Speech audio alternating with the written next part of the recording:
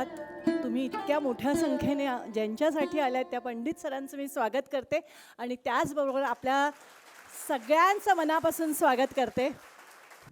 मला कधी-कधी ना कबीरांचा तो दोहा आठवतो, की काय परफेक्ट म्हणजे कबीरांनी खरं बघायला गेले तर एरवी इतके समाजावर इतकी त्यांनी टीका केली आहे कबीरांनी, संत कबीरांनी आणि वेळोवेळी त्यांनी आपल्याला अगदी दंड उपसलाय की असं वागा, तसं वागा.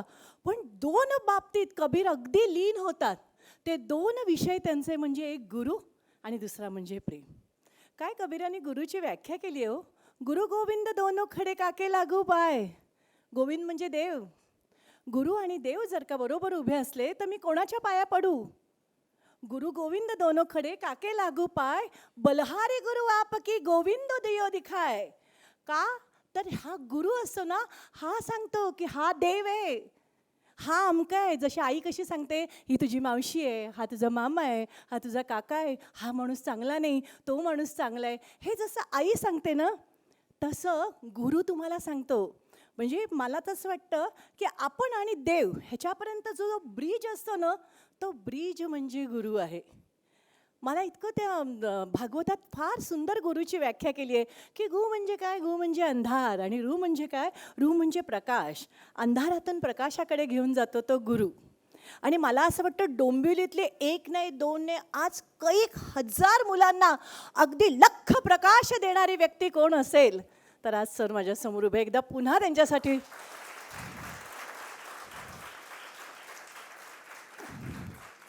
आणि कसं माहिती आहे का, सोन्याला सोन्याचाच डाग दिला जातो, लोखंडाला लोखंडाचा दिला जातो, चांदीला चांदीचाच दिला जातो. म्हणजे ती जोडी बरोबर जमते. पण बघा ना, सरांची मुलाखत घ्यायला सुद्धा इतकी मोठी व्यक्ती आहे भोळे सर. त्यांनी सुद्धा कैक मुलं घडवलेली आहे, ते सुद्धा हाडाचे गुरु आहेत. एकदा त्यांच्यासाठी जोरदार टाळ्या वाजूया. मला ना डोंबिवलीकरांचं एक छान वाटतं की म्हणजे कधी-कधी असं वाटतं की आकाशाला टेकतील असं कोणाचेही हात नाही आहेत. म्हणजे फुलांचे गीत ऐकू येईल असं कोणाचेही कान नाही आहेत. कोणाचे म्हणजे कोणाचे नाही. म्हणजे चंद्र सूर्य अगदी आपण म्हटलं मी अशी डोळ्यात साठवून घेईन, नाही तेवढी नजर नाही आपली. पण दुसऱ्याचं कौतुक करण्याचं एक चांगलं हृदय आपल्याला देवाने दिलं आहे आणि ते चांगलं सहृदय या डोंबिवलीकरांकडे आहे. आणि म्हणून इतक्या मोठ्या संख्येने आपण आज उपस्थित आहे. मंडळी, ज्यांच्यामुळे आम्ही नेहमी तुमच्यासाठी नवीन नवीन उपक्रम घेऊन येतो, नवीन नवीन कार्यक्रम, ते आमचे दादा. एकदा जोरदार आपण टाळ्याने त्यांचं स्वागत करूया. डोंबिवली म्हटलं की ती संस्कृती असते. डोंबिवलीची एक प्रत्येक संस्कृती, कितीतरी संस्कृतीची सुरुवात ना आपण रुजवत आपण केलेली आहे. तुम्ही बघाल तर पाडव्याची जी हे असते फेरी असते आपली सकाळची, त्याची रुजवत आपल्यापासून झाली, आपल्या डोंबिवलीपासून झालेली आहे. त्याच्यानंतर फडके रोड जर का दिवाळी पहाटेला बघितलं तर किती गर्दी, अशी लाखोनी. खूप अशा डोंबिवलीने इतकं नाव आपलं केलेलं आहे. म्हणजे महाराष्ट्र जर का टिंबा एवढत्या महाराष्ट्राच्या नकाशात डोंबिवली एका टिंबा एवढी दिसत असली तरी त्याची संस्कृती, साहित्याची चर्चा मात्र अगदी जगाच्या नकाशावर चालू असते. तर अशा डोंबिवलीच्या कार्यक्रमाला आपण जमलो आणि गुरुची स्तुती आहे, गुरुचा सत्कार आहे. पण ह्या सगळ्या कार्यक्रमाची सुरुवात आपण दीप प्रज्वलनाने करणार आहोत. मी सर्व मान्यवरांना विनंती करते, आधी आपण दीप प्रज्वलन करूया. सर्वांना विनंती आहे, दोन्ही हात उंच करून आपण सर्वांनी घोषणा द्यायच्या आहेत. बोला, भारत माता की, भारत माता की, वंदे. खरं तर प्रस्तावना काय करावी, आजची मुलाखत आणि या मुलाखतीचा सर्व विनयजी किती चांगल्या पद्धतीने त्यांना बोलतं करणं हे सर्वात मोठी गोष्ट आहे असं मला वाटतं. आता पंडित सरांना बोलतं करण्याचं तुमच्याकडे कौशल्य आहे का, तेच आम्हाला सर्वांना पाहायचं आहे असं मला वाटतं. त्यामुळे त्यांच्या मनात काय, काकीने ओळखलं एवढ्या वर्षात की ते मला माहीत नाही, परंतु आम्हाला एवढ्या वर्षात काही ओळखता आलं नाही. त्यामुळे या मुलाखतीच्या निमित्ताने तरी आपल्याला ओळखता यावं असं मला वाटतं. आपण फार वेळ न घेता मला असं वाटतं की मुलाखत सुरू करावी. मंडळी, तुम्ही जर का संतांचं बघितलं की कोणत्याही मोठ्या व्यक्तीचं बघितलं तर साधारण 5 ते 14 वय हे उपरीतीचं असतं. माऊली घ्या, समर्थ घ्या, कोणीही घ्या, विनोबा भावे घ्या, सगळेजणं हे 5 ते 14 वर्षापर्यंत त्यांनी जी त्यांच्या बुद्धीची तलख आपल्याला दाखवलेली आहेत, मला असं वाटतं हे घडवण्यासाठी सुद्धा एक गुरु असावा लागतो. एवढ्या 9333 ओव्या लिहिल्या तरी माऊली म्हणाल्या, इदम न मम, आम्ही कोण आहे हो, आम्ही सार खेडियाचे बाहुले, सूत्राची चालवी तैसा चाले. आणि कोण आहे तो गुरु आहे ना आमचा, तो आमच्याकडनं सगळं करून घेतोय. असे गुरु, 2 गुरु व्यासपीठावर येते. जोरदार टाळ्याने आपण स्वागत करूया.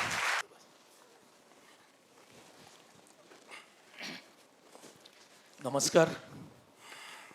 विद्यानिकेतन या सुप्रसिद्ध शाळेचे संस्थापक, आपल्या सगळ्यांचे डोंबिवलीकरांचे लाडके विवेक पंडित सर यांची मुलाखत म्हणा किंवा त्यांना दादा म्हणाले तसं बोलतं करण्याची जबाबदारी माझ्याकडे आहे. हा योगायोग आहे की एका शाळेच्या संस्थापकाचा इंटरव्ह्यू मुंबईतल्या एका कॉलेजच्या प्रिन्सिपलला घ्यायला दादांनी सांगितलेलं आहे. मी माझ्या बाजूने सरांना बोलतं करण्याचा प्रयत्न करतो. प्रश्न सगळे विनयशील असतील आणि त्याला उत्तरं विवेकपूर्ण असतील. साधारणतः 25 प्रश्न, प्रत्येकाचं 3-1 मिनिटामधलं उत्तर, मी 1.25 तास या गप्पा चालतील. सरांना पहिला प्रश्न असा आहे की विद्यानिकेतन सुरू करण्यापूर्वी पंडित सर काय करत होते, हा प्रश्न अनेक पालकांच्या विद्यार्थ्यांच्या मनामध्ये असतो. तर त्याबद्दल सर आपण काय सांगाल? शाळा सुरू करण्यापूर्वी ज्याला एक कन्सल्टंट म्हणता येईल, वेगवेगळ्या कंपन्या म्हणजे रेकेम इंटरनॅशनल म्हणून होती, किंवा ऑर्गनन इंडिया होती, किंवा तुमचं हिंदुस्तान कॉम्प्युटर्स होते, कोलंबिया ब्रॉडकास्टिंग सर्व्हिस CBSG होती. ह्यांना काही प्रोजेक्ट्सला वगैरे सल्ला देणं, किंवा आणखीन देखील ज्या काही फॉर्च्यून 500 वगैरे होत्या, दॅट वॉज ते मुख्य काम होतं. पण ते करता करता आजूबाजूला काय चाललं आहे हे बघण्याची एक सवय होती. आणि प्रोजेक्ट्स म्हटल्यानंतर त्याच्या अनुषंगाने ज्या काही गोष्टी बघायला लागतात, लॉजिस्टिक, तो एक सगळ्यांना ॲडवाईस द्यायचा एक प्रकार होता. फायनान्शियली चांगलं होतं ते, पण कुठेतरी ते एक पटत नाही मनाला की शेवटी पैसा किती असावा. आणि तिथून मग शाळेकडे यायचं सुरू झालं. की डोंबिवलीमध्ये कधी आलात तुम्ही? डोंबिवलीला त्याच्या अगोदर एक 5-7 वर्ष असेल. मला वाटतं 2 शिक्षक बोलत असताना जोपर्यंत घंटा वाजत नाही तोपर्यंत आमचं चालू राहणार आहे. तर ते एक प्रकार आहे. डोंबिवलीत अगोदर आलेलो होतो, पण डोंबिवलीत कमी असायचो, जास्त वेळ डोंबिवलीच्या बाहेरच असायचो. आणि आत्ता हे जे म्हणाले आत्ता आमचे भावी प्रदेशाध्यक्ष की काकू सगळं घर बघायच्या आणि आम्ही बाहेर मोकळे असायचो, आजही परिस्थिती तीच आहे. मी सरांचं शिस्तीचं इतकं दडपण होतं. मी सुद्धा विद्यानिकेतनचा माजी पालक आहे, म्हणून मी रायटिंग पॅडला टाईप केलेले प्रश्न, त्याचं शुद्धलेखन बघून हे सगळं आणलेलं आहे. आणि जसा एक एक प्रश्न होत जाईल तसं मी त्याला टिकमार्क करणार आहे, कारण मी पंडित सरांसमोर बसलो आहे. सर, गुरुदेव रवींद्रनाथ टागोर यांनी 1901 मध्ये शांतिनिकेतन सुरू केलं. ते सुप्रसिद्ध आहे. विद्यानिकेतन ही संकल्पना कशी काय तुम्हाला सुचली? तुमच्यासमोर अनेक संधी होत्या, व्यवसाय होते, पण इकडे कसं काय वळलात तुम्ही? नाही, साधारणपणे आपण 84-85 सालाच्या इकडे जर गेलो आपण आणि डोंबिवलीची परिस्थिती जर समोर आली, तर प्रामुख्याने जो काय गोंधळ चालू होता वेगवेगळ्या क्षेत्रामध्ये, आणि कोणाचा पायपोस कोणाला नव्हता. आणि अशा वेळेला या सगळ्याचं मूळ काय आहे, तर मला वाटतं बाजीवरांनी म्हटल्याप्रमाणे मुळावर घाव घातला तर सगळं होतं. म्हणून म्हटलं की शाळा, चांगल्या प्रकारची शाळा सुरू करायला पाहिजे की जिथे जीवन शिक्षण म्हणजे तुमचा देवदेश आणि धर्मासाठी व्यवस्थित प्रकारे शिकवेल मुलांना, अशा प्रकारची शाळा एक सुरू करावी. म्हणजे जे आज आपण म्हणतो की समाजात असं नाही. आजही आता आमची मुलं पालक झालेली आहेत, नागरिक झालेली आहेत, म्हणजे व्होटिंग करणारे, पण जे काही अनावस्था दिसते वगैरे अशी, ती आता बोलण्यासाठी एक शाळा असायला पाहिजे की जी मुलांना शिक्षण तर देईलच, पण सामाजिक भान पण देईल. आणि अशी शाळा सुरू करायची हा विचार मनात आला. सर तुम्ही साधारणतः 1985च्या आसपास ही शाळा सुरू केली, त्यावेळेला डोंबिवली वाढत होती, आजच्या इतकी मोठी झालेली नव्हती. अर्थातच तुम्ही गावाच्या एका विभागामध्ये मोकळी जागा, छान निसर्गरम्य अशी जागा पाहून शाळा सुरू केली. त्यावेळेला सुरुवातीला कुठल्या प्रकारच्या अडचणी आल्या? 16 जून 1985ला शाळा सुरू झाली. ज्या ठिकाणी आम्ही जागा बघितली होती त्यांना नंतर असं वाटलं की हा माणूस काही इथे जास्तीत जास्त राहणार नाही, कुठेतरी आउट ऑफ इंडिया वगैरे जाईल असं त्यांनी मला सांगितलं. आणि त्यानंतर मग काय करावं हा विचार एक आला होता. शाळा तर चालू करायचीच आहे. त्यावेळेला डोंबिवलीतले आपले जे नवरे फॅमिली आहे, म्हणजे काका नवरे असतील किंवा दादा नवरे असतील, माझ्याकडे पूर्वी 2 मोटरसायकली होत्या, इम्पोर्टेड होत्या. आणि नवऱ्यांचं गॅरेज होतं, त्यामुळे त्यांना ते नेहमी आमचं कॉन्टॅक्ट असायचं. आणि जेव्हा मी जागा बघतोय दुसरी अल्टरनेट, तेव्हा दादा नवरे म्हणून होते, ते नवरे डेअरी होती पूर्वी. आत्ता जिथे सगळं अभिनव बँक वगैरे जे नवीन आहे टंडन रोड आपण म्हणतोय, आणि त्या तिथे मग ते म्हणाले की तुम्ही आमच्या इथे करा, आमची एक तर ब्लॉक खालीच आहे. म्हणून मग शेवटी आम्ही तिथे करायचं ठरवलं. आणि त्याप्रमाणे एका ब्लॉकमध्ये 22 मुलांनीशी शाळा चालू केली. आता ही 22 मुलं देखील कशी आली? आम्ही ज्याला एक म्हणतो थोडासा कॉर्पोरेट फील्डचा हे केला की म्हटलं आपल्याकडे जर मुलं घ्यायची असली तर आपला टार्गेट ग्रुप कोण आहे? म्हणजे मुलांच्या बाबतीत घरातले डिसिजन शक्यतो आई घेते. त्यामुळे मी, नंतर शामराव नवरे असतील किंवा प्रमोद काणे असतील, काका नवऱ्यांची काही मुलं आशिष नवरे वगैरे, तृप्ती नवरे, आम्ही संध्याकाळी 7-8 वाजल्यानंतर रेल्वे प्लॅटफॉर्मवर जिथे महिलांचे डबे येत असत त्या तिथे आम्ही बारकी अशी पॅम्पलेट चिकटवायचो की मुलांनाच पालकांनाच डोनेशन देणारी शाळा. आणि त्यावेळेला नवऱ्यांचे कालिका मोटर्स म्हणून एक याचं 2 व्हीलरचं त्यांनी एक शोरूम उघडलं होतं. त्यांना थोडा गायडन्सही पाहिजे होता. तिथे ऑफिस केलं होतं. आणि मग त्या तिथे सगळेजण यायचे इन्क्वायरी करायला.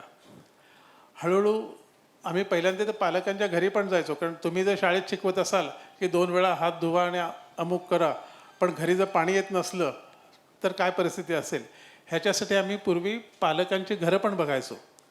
घरं बघायचो म्हणजे तिथे परिस्थिती बघायचो. मुलगा किंवा मुलगी बघण्यासारखा प्रकार नसायचा तो, की एक्झॅक्टली मुलांना कुठल्या परिस्थितीला तोंड द्यायला लागतं आहे. आणि अशा तऱ्हेने फिरून सगळं झालं होतं. आणि 22 मुलं आली होती. आणि त्यानिशी आम्ही ती सगळी तिथे चालू केली. त्याच्यानंतर हळूहळू ज्याला म्हणतात ना की माउथ टू माउथ, ह्याच्यामुळे की ही मंडळी काहीतरी करतायत. यावेळेला आणखीन म्हणजे शाळा जरी विवेक पंडित यांनी चालू केलेली असली तर मी असं समजत नाही की शाळा आज जी आहे ते इट्स अ टीमवर्क. आमच्या ज्या पहिल्या टीचर्स होत्या, मिसेस उल्का भावे म्हणून होत्या, नंतर मिसेस नीला निमकर म्हणून होत्या, त्याच्यानंतर मिसेस आठले म्हणून होत्या. ह्या सगळ्या जुन्या ज्या टीचर्स होत्या, म्हणजे एक एक हळूहळू जॉईन करत गेलेलं होतं. आणि नंतर ती जागा अपुरी पडायला लागल्यानंतर सावरकर रोडला आपल्याकडे गोविंदानंद जी बिल्डिंग आहे तिथे तळमजलं काम चालू होतं. नवऱ्यांचीच ती बिल्डिंग होती. मग तो तळमजला आम्ही काही काळ कन्वर्ट केला. आणि ह्या सगळ्या ह्याच्यामध्ये मुंबई गोग्रासवाडी जो ट्रस्ट आहे, मला वाटतं धूत म्हणून मंडळी आहेत, त्यांचा होता. ते म्हणाले की आमची सोनारपाड्याची इकडे जागा आहे, ती तुम्हाला आम्ही लीजवर देतो. आम्ही त्या तिकडे गेलो, भूमिपूजन वगैरे केलं. पण त्याच्यानंतर काही दिवसांनी जेव्हा मी केमिकल पोल्युशनचा एकंदर प्रकार बघितला, तो तिथे खूप होता, कारण समोर डायरेक्ट केमिकल झोन होता MIDCचा. नंतर आम्ही पाण्याचं तिकडे बघितलं, तिकडे दुर्भिक्ष होतं. मग अशा वेळेला काय करायचं?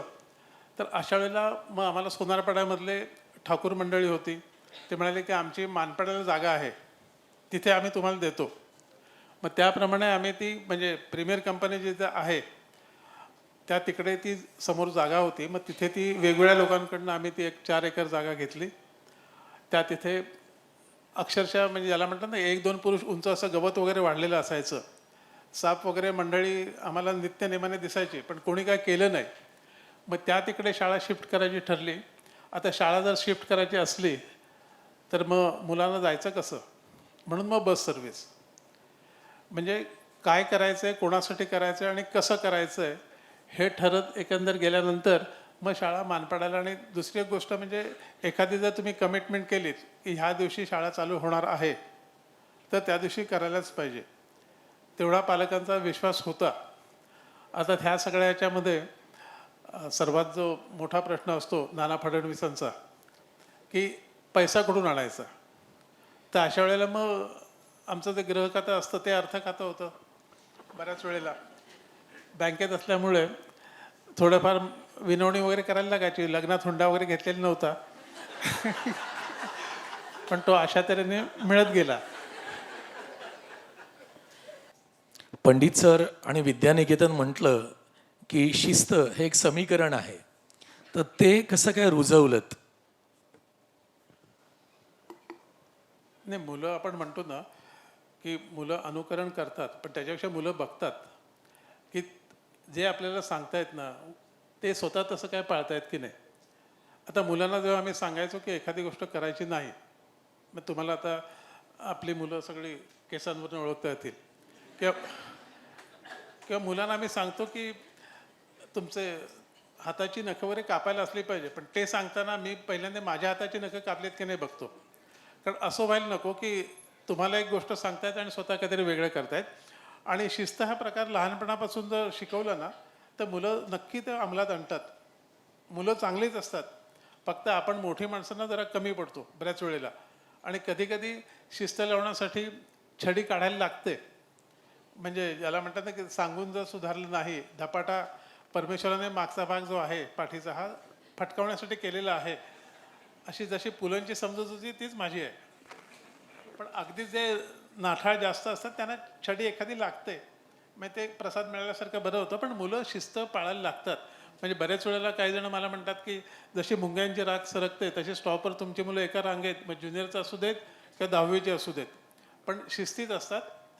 आणि शिस्त एकदा तुमच्या सिस्टीममध्ये गेली ना की मग अतिशय व्यवस्थित होतं.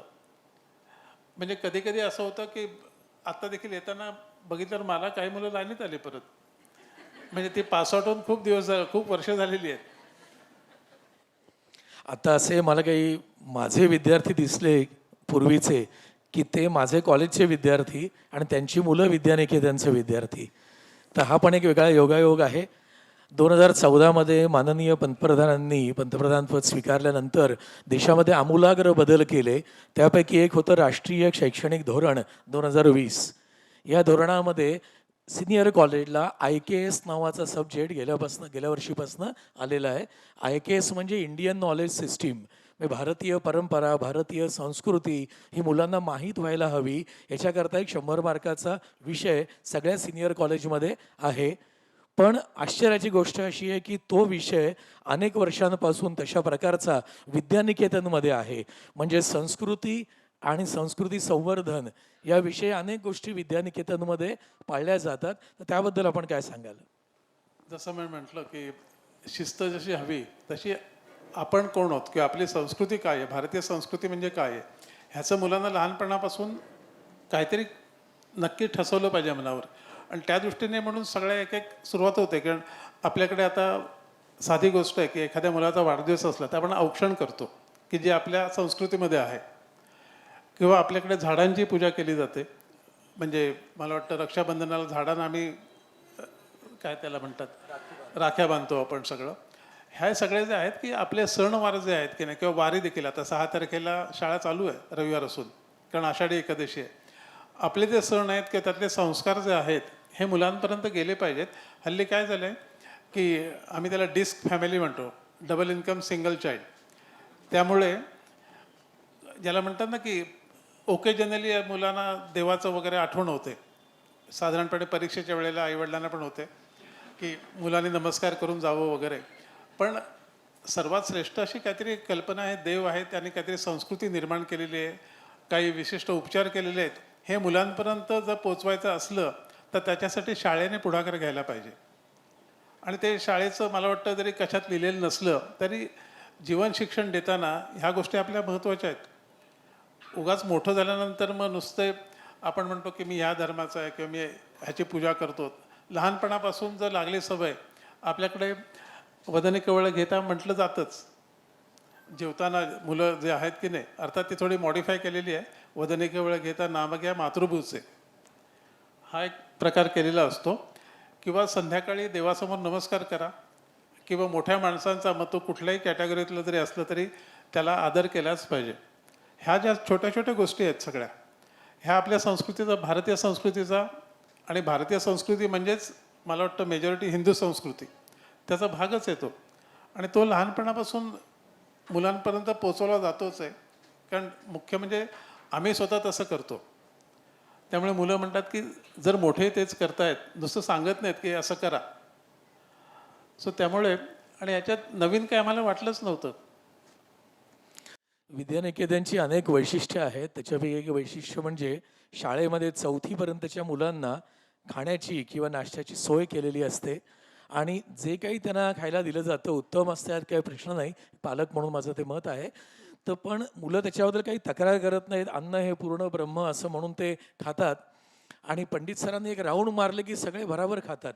कोणी काही थांबत नाही, काही नाही. हे तिथलं वैशिष्ट्य आहे. इवन माझ्या घरी सुद्धा माझा मुलगा जेव्हा लहान होता आणि एखादा पदार्थ मी नको म्हटलं, तो मला सांगायचा तुम्ही खाल्लं नाही तर मी पंडित सरांना सांगीन. तर इतका तो प्रभाव मला घरी पण जाणवलेला आहे. तर पालकांचा असा मनामध्ये एक प्रश्न असतो की घरात 1 किंवा 2 मुलं असतात आणि ते ऐकत नाहीत.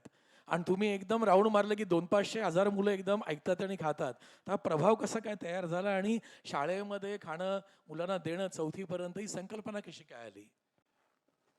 आपण जेव्हा बघतो की लहान मुलं जी आहेत, म्हणजे मी परत 85-90च्या इथून सुरुवात करतो. पूर्वी आम्ही मुलांना दूध पण द्यायचो, पण नंतर कळलं की उत्पादनापेक्षा ज्याच्याकडनं दूध घेतो त्याच्याकडे सप्लाय जास्त होतो. ह्याचा अर्थ पाण्याचं प्रमाण वाढलेलं आहे. त्याच्यानंतर आम्ही ते दूध बंद केलं. पण मुलांना खायला अशासाठी द्यायचं की घरून जे खायला दिलं जातं ते मुलांच्या आवडीनिवडीचं असतं. जनरली मुलांच्या शारीरिक वाढीसाठी जे आवश्यक आहे ते सहसा दिलं जात नाही. मुलं लहान असतात आणि बालमानसशास्त्र आईवडिलांपेक्षा मुलांना जास्त माहिती असतं की असं केलं की आईवडील आपले काहीतरी करतील आपल्यासाठी. आणि मुलांना योग्य प्रकारे खायला मिळावं आणि वेगवेगळ्या प्रकारचं दिलं जावं ह्याच्यासाठी म्हणून हे सगळं चालू केलं. बऱ्याच वेळेला असं होतं की दोघेजण जर नोकरी करणारे असले, म्हणजे बरेचसे पालक तसेच असतात, तर सकाळी मुलाला द्यायचा काय डबा? मग कधीतरी बिस्किट येतात किंवा चिप्स वगैरे असं काही प्रकार असू शकतो. म्हणून ते आम्ही म्हटलं की मुलांना आपण शाळेतच द्यायचं 4थीपर्यंत. 3रीपासूनच्या मुलांना आम्ही प्लेट्स आणायला सांगतो. घरून प्लेट्स आणा आणि म्हणजे त्या धुवून व्यवस्थित घरी परत न्यायच्या असतात.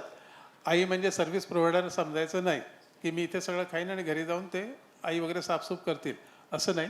आणि मुलांना सगळं खायला कधीतरी काही नाठाळं असतात, नाही असं नाही. मग त्यांना थोड्यानं सुरुवात करायची, हळूहळू वाढवत जायचं. पहिल्यांदा जरा प्रेमाने बोलायचं. म्हणजे पहिल्यांदा टीचर्स बघतात, नाही पहिल्यांदा हे तुला खाणं कसं छान आहे वगैरे हे सांगायला लागतं. हळूहळू सुरुवात करायला लागते. आणि अगदीच जास्तच कोणी झेड कॅटेगरीचा असला तर मग त्याला माझ्यासमोर आणतात. आणि मग त्याचं ज्याला म्हणतात ना की मग ते त्याला थोडासा दम म्हणण्यापेक्षा त्याला ते खाणं का महत्त्वाचं आहे रेग्युलरली हे जरा प्रेमळ माझ्या भाषेत सांगितलं की मग आपोआप तो खातो. कारण त्यावेळेला मी खाण्यासाठी छडी कधी देत नाही, पण हे सगळं बोलत असताना छडी डावीकडे ठेवलेली असते. त्यामुळे त्याचा इनडायरेक्ट इफेक्ट होतो की नाही. आणि आपण जे म्हणालात की नाही की खाण्यासाठी माझं नाव सांगितलं जातं, ह्याच्या पलीकडेही जाऊन म्हणजे हा थोडासा गमतीचा भाग आहे. एक पालक मला भेटले होते, म्हणाले हा सकाळी उठल्यानंतर वॉशरूमला वेळेवर जात नाही. शेवटी त्याला सांगितलं हे बघ सरांना सांगणार. मी म्हटलं मग अशा वेळेला मला असं वाटायला लागलं की हॉस्पिटलमध्ये नाही का ते हॉस्पिटलमध्ये नर्सचा एक फोटो असतो बघा असं करून, तसं म्हटलं फोटो प्रिंटआउट काढून द्यावे की काय. तुम्ही जे सांगताय त्यावरून मला माझे शाळेचे दिवस आठवले.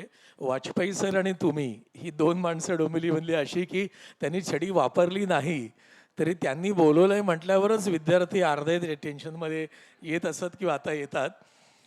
विद्यानिकेतनचे अनेक जे वेगवेगळे उपक्रम आहेत त्याच्यापैकी एक आहे मोफत स्कूल बस सर्व्हिस सेवा.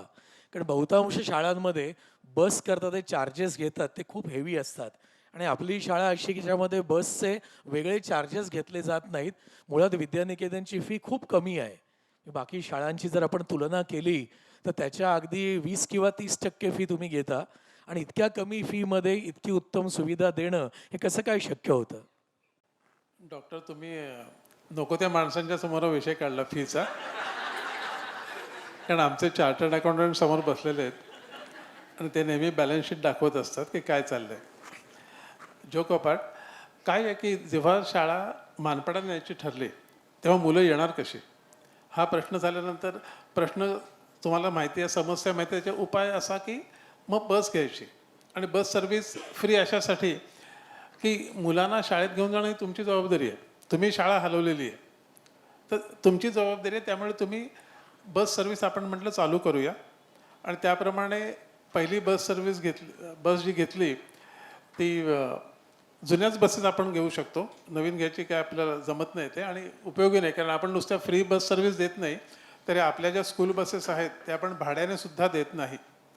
फक्त घरकुल वगैरे ज्या आहेत आम्ही पालक संघटना त्यांच्या वर्धापन दिनासाठी आपण त्यांना लागतील तेवढ्या बसेस फ्री ऑफ चार्ज देतो.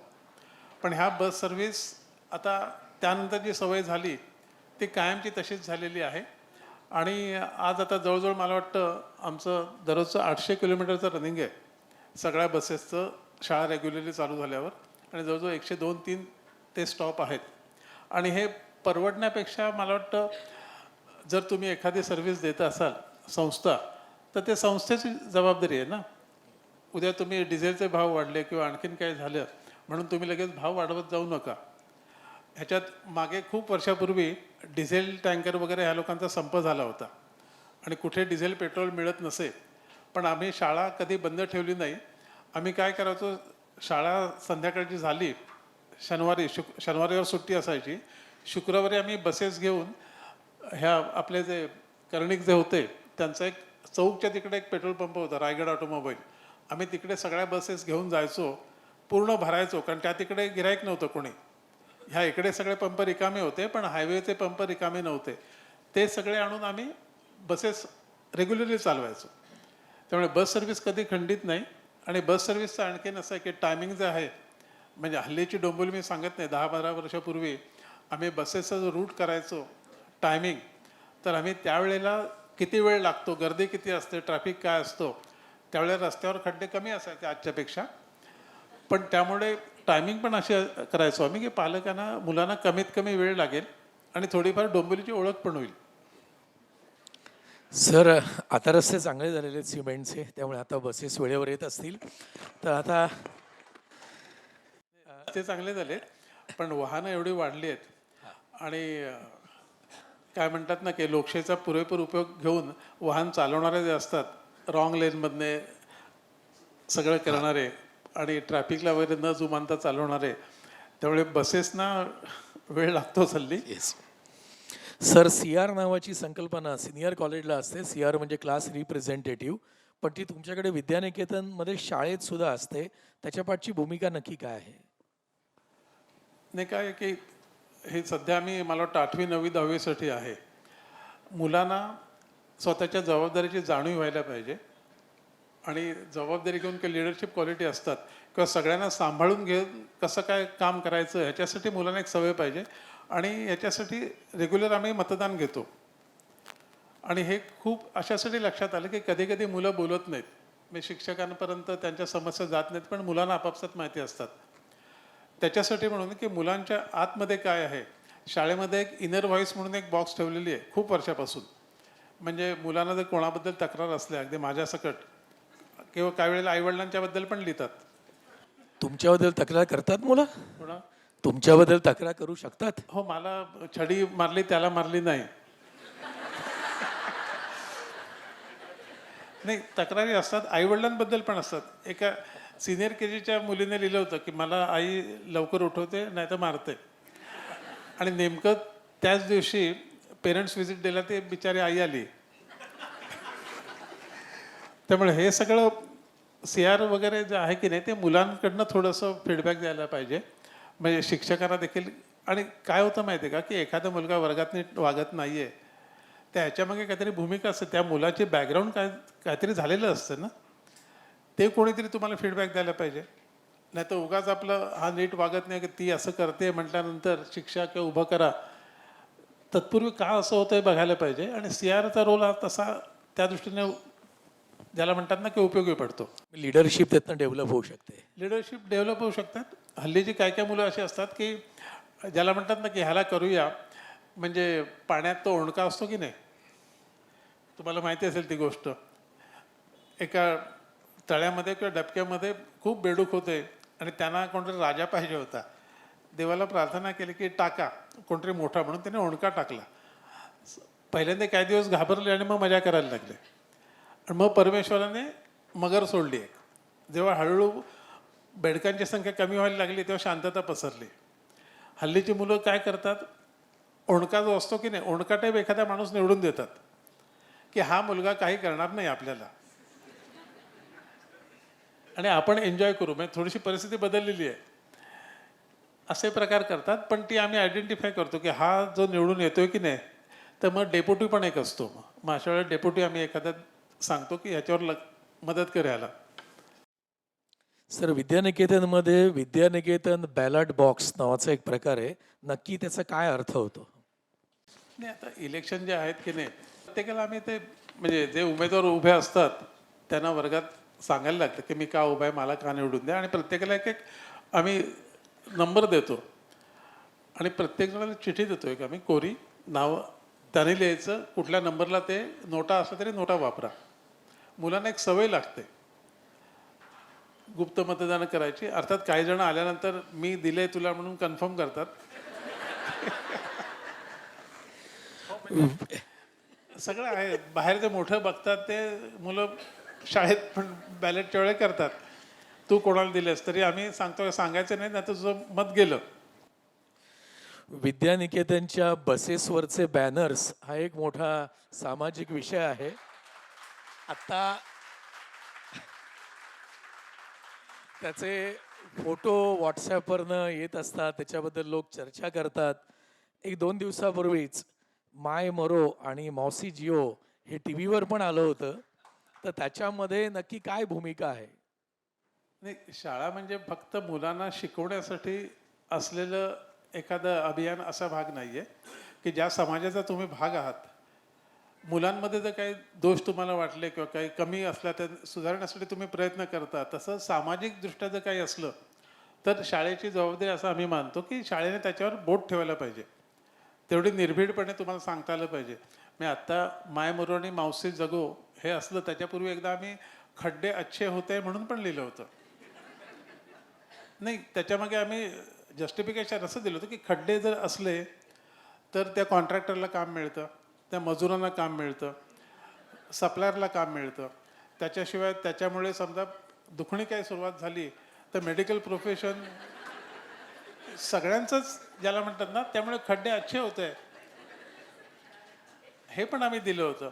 नंतर ट्रॅफिकचे आता जे काही ज्या प्रकारे टू व्हीलर चालवली जातात त्याच्यावर पण आम्ही मध्ये म्हटलं होतं की याच्यापुढे टू व्हीलरचं लायसन्स देताना जी कोणी व्यक्ती लायसन्स मागायला येईल त्याला डाव्या हातात मोबाईलवरनं बोलायचे पूर्ण प्रॅक्टिस पाहिजे. रॉंग साईडने रॉंग लेनमधनं कोणाला आपल्याशा ह्या रस्त्यावर कोणी नाही अशा तऱ्हेने त्याला चालवायची प्रॅक्टिस पाहिजे. आणि दुसरी गोष्ट म्हणजे आपण चक्रव्यूहात असल्यासारखा घिरट्या मारत किंवा मागचा पुढचा विचार न करता गाडी चालवण्याला जर तुम्हाला क्षमता असेल तर तुम्हाला टू व्हीलरचं लायसन्स देण्यात येईल. आणि शिवाय डोंबिवलीकर जे आपण मोस्टली आहेत, थोडेसे व्हॉट्सअप ग्रॅज्युएट जास्त असतात आपल्यात. कोणी रस्त्यावर उतरायला तयार नसतं, म्हणजे फक्त रस्त्यावर खड्डे आहेत किंवा पाणी येत नाही किंवा लाईट जातं. पण प्रकार असा होतो की आपलं शहर आहे म्हटल्यानंतर त्या शहरातल्या समस्यांचं काहीतरी कारण असू शकेल, त्याच्या दृष्टीने आपण प्रशासनाला मदत कशी काय करता येईल हे बघायला पाहिजे ना. पण ते तसं कोणी करणार नाही की रस्त्यावर खड्डे आहेत.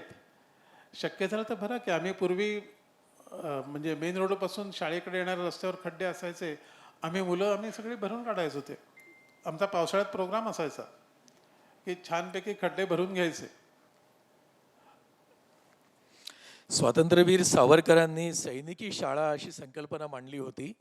जमेल त्या प्रकारे सैनिकी प्रशिक्षण देण्याचा तुम्ही प्रयत्न करता, त्यामागे काय दृष्टिकोन आहे? स्वातंत्र्यवीर सावरकरांनी संकल्पना मांडली होती खूप पूर्वी. पण काय आहे, शिस्त. आणि माझं वैयक्तिक मत असं आहे की 18 वर्ष पूर्ण झालेला आपला जो कोणी असेल तरुण व्यक्ती 1 वर्ष तरी सैनिक प्रशिक्षण घ्यावं. अशासाठी होतं की शिस्त एकदा तुमच्याकडे आली आणि योग्य तऱ्हेने ऑर्डर पालन करायचं तुमच्या अंगात आलं की थिंग्स आर ओके. आणि आम्ही तसे प्रयत्न करतोच. आणि मधून आपल्या आता शिक्षण विभागालाही असं वाटतं की पहिलीपासून सैनिक शिक्षण घ्यावं. आत्ता मध्येच म्हणजे शिक्षण विभागाचं जे काही मधून हल्ली चर्चेत आहे की सैनिक शिक्षण घ्यावं. पण सैनिक शिक्षण याचा अर्थ नुसतं ठराविक ड्रिल करायची किंवा काही कोर्सेस असं नाही, पण एक आतमध्ये यायला पाहिजे. मी सांगायला असं बरं वाटेल की आमची 86 बॅचची 87 बॅचची मुलं आज एक जण कर्नल आहे, टॅक्टिकल इन्स्ट्रक्टर म्हणून आहे, दुसरा कर्नलच आहे, एक नेव्हीमध्ये कमांडंट आहे. सगळे चांगल्या प्रकारे करत आहेत. आणि याचा अर्थ मुली पण काही गेलेल्या आहेत. सैनिक शिस्त जी असते की नाही, शिस्त आणि वेळेवर सगळं करण्याची एक सवय लागते एका चाकोरीबद्ध ह्याच्यातनं.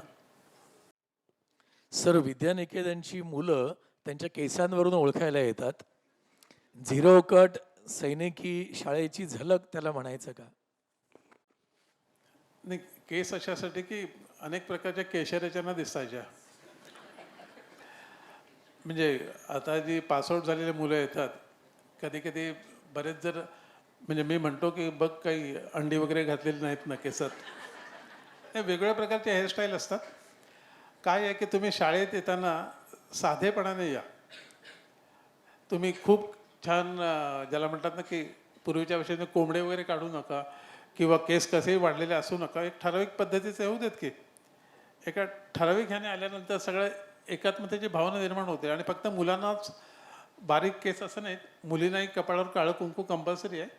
पण त्याचं बहुतेक मला वाटतं हल्ली लाडकी बहीण वगैरे त्यासारख्या लाडक्या लेकीमध्ये त्या कुंकवाकडे लक्ष थोडं कमी दिलं जातं. सर, तुम्ही नेहमी कधी फोन केला किंवा कोणी भेटलं तर नमस्कार ऐवजी जय हिंद म्हणता. खूप छान वाटतं. देशप्रेम जागृत ठेवण्याचे अनेक मार्ग आहेत, त्यापैकी हा एक तुम्ही त्या लोकांमध्ये आणण्याचा प्रयत्न करता का किंवा विद्यार्थ्यांमध्ये? नाही, आपल्याकडे कसं होतं की प्रासंगिक आपल्याकडे देशभक्ती वगैरे येते किंवा मग चालू होतं सगळं. जय हिंद म्हटल्यानंतर तुम्ही कुठल्याही वेळेला कुठेही कधीही तुम्ही जय हिंद म्हणालात की तेवढाच आदर असतो, तेवढंच मनातनं बरं वाटतं की तुम्ही स्वतःच्या देशाला वंदन करताय. नाहीतर नुसतं सुप्रभात असेल, गुड मॉर्निंग, याला काय अर्थ नाही आहे. कधी कधी 12 वाजता काय म्हणायचा बऱ्याच जणांना प्रश्न पडतो. मॉर्निंग म्हणायचं की आफ्टरनून म्हणायचं? जय हिंद हे सर्वव्यापी आहे आणि त्याच्यातनं एक सर्वव्यापी म्हणण्याची जास्त त्यामुळे गडबड होत नाही काही. आणि आता ते ह्याच्यात एक मजेशीर प्रकार असा होतो की मध्ये ज्युनियर KGचा मुलगा फडके रोडला भेटला होता. त्याने मला ओळखलं पण आईला सांगितलं आमचे जय हिंद सर आहेत.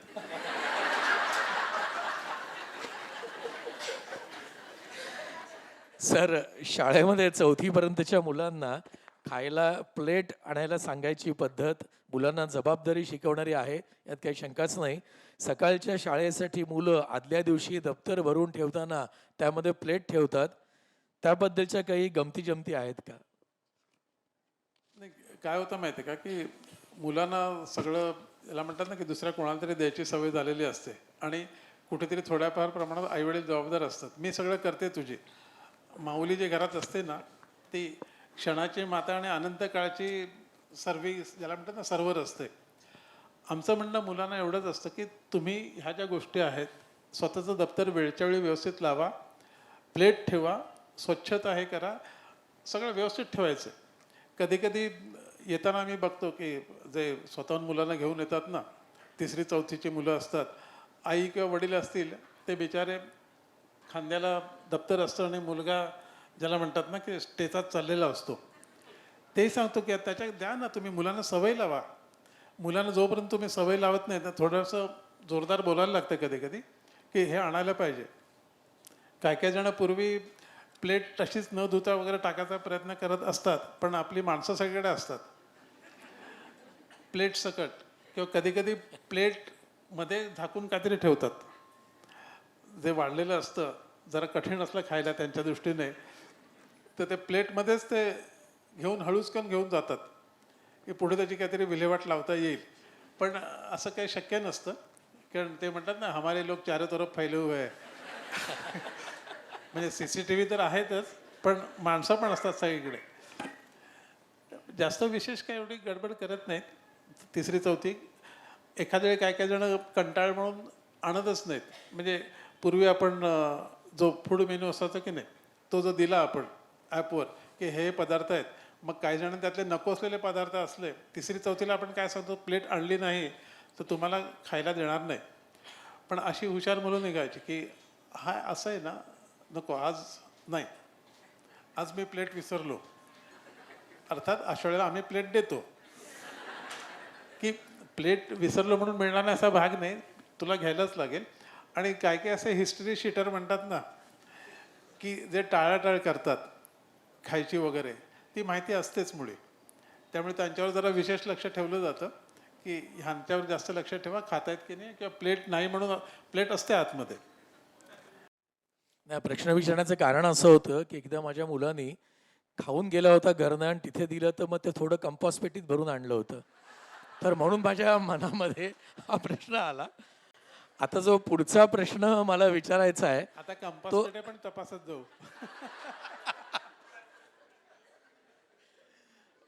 पुढचा प्रश्न अगदी डोंबिवलीला साजेसा आहे की माझं PhD रिसर्च गाईड माझे पुण्याचे होते, मी डोंबिवलीकर आहे आणि सध्या मी पार्ल्यामध्ये असतो.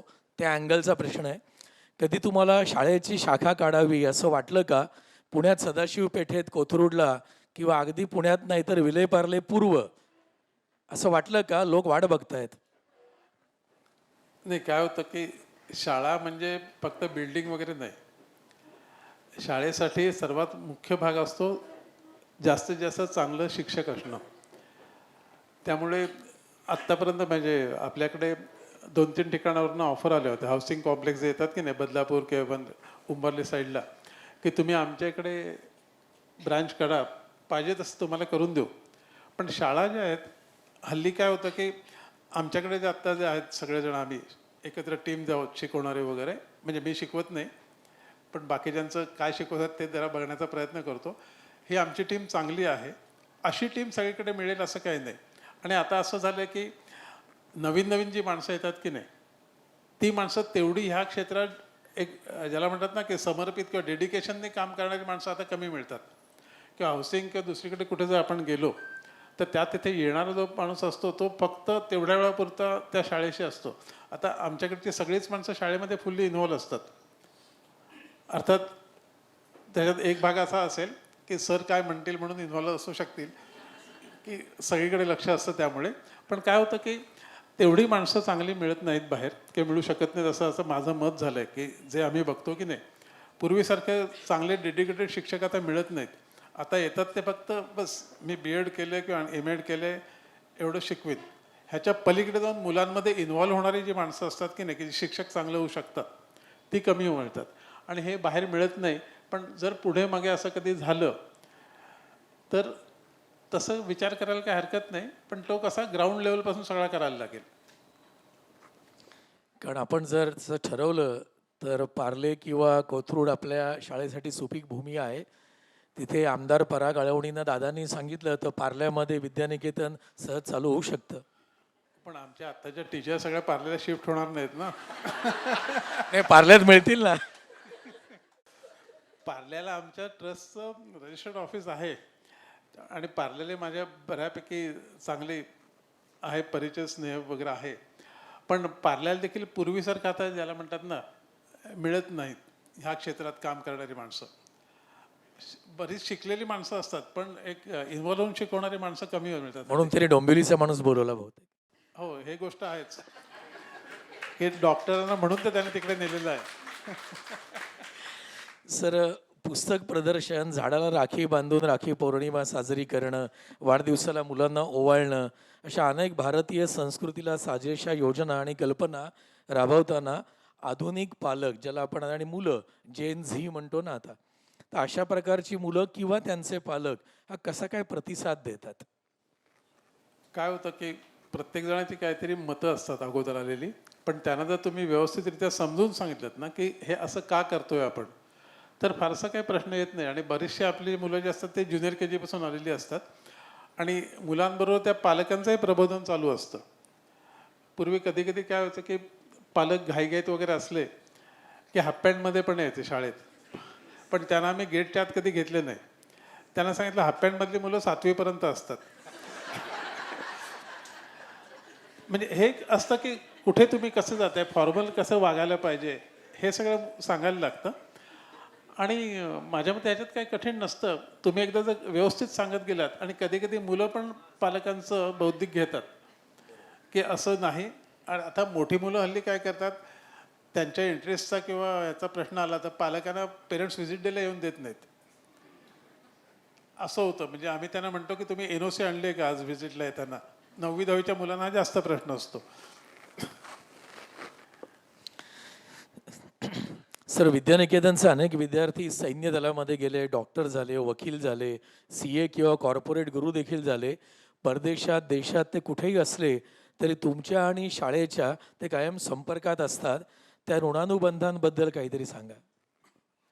काय एकदा मुलं आपल्याकडे असतात की नाही, ज्युनियर 12 वर्ष, मी त्याला वनवास वगैरे काय म्हणणार नाही.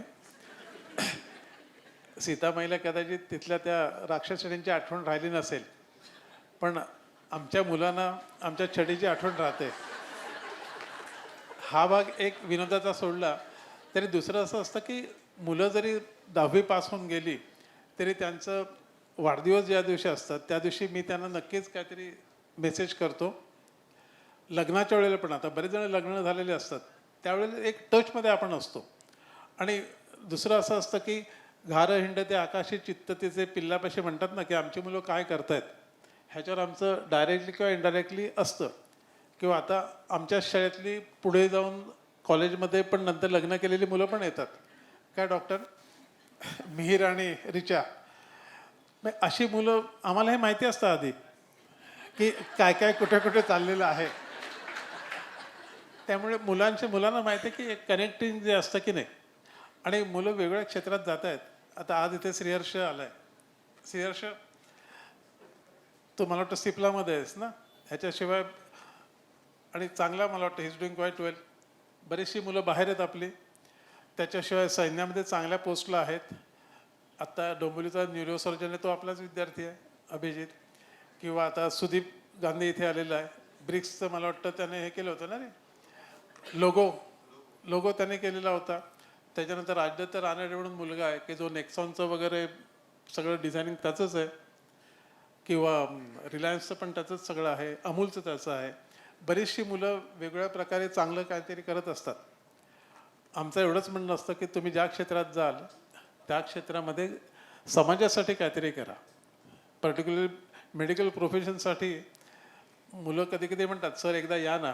म्हटलं या ना म्हणजे पेशंट म्हणून येऊ? हो म्हटलं, पेशंट म्हणून एवढाच काही चान्स नाही आहे यायचा, पण येईन म्हटलं. पण त्याने सांगतो की समोरच्याची आर्थिक परिस्थिती बघून त्याप्रमाणे थोडंफार चार्जेस लावा. आणि पर्टिक्युलरली प्रशासकीय सेवेत येण्यासाठी आपण मुलांना जास्त हे करतो की तुम्ही खूप लोकांचंच काही चांगलं करू शकता. गव्हर्नमेंटच्या खूप चांगल्या स्कीम असतात, त्या लोकांपर्यंत पोहोचवण्यासाठी चांगल्या प्रकारची माणसं पाहिजेत. सर, घरात जर आजी आजोबा असतील तर वेगळी शिस्त मुलांना लागते, संस्कार होतात, मुलं मिळून मिसळून वागतात. ज्येष्ठांचं महत्त्व भारतीय संस्कृतीमध्ये अनन्यसाधारण असं मानलं गेलं आहे.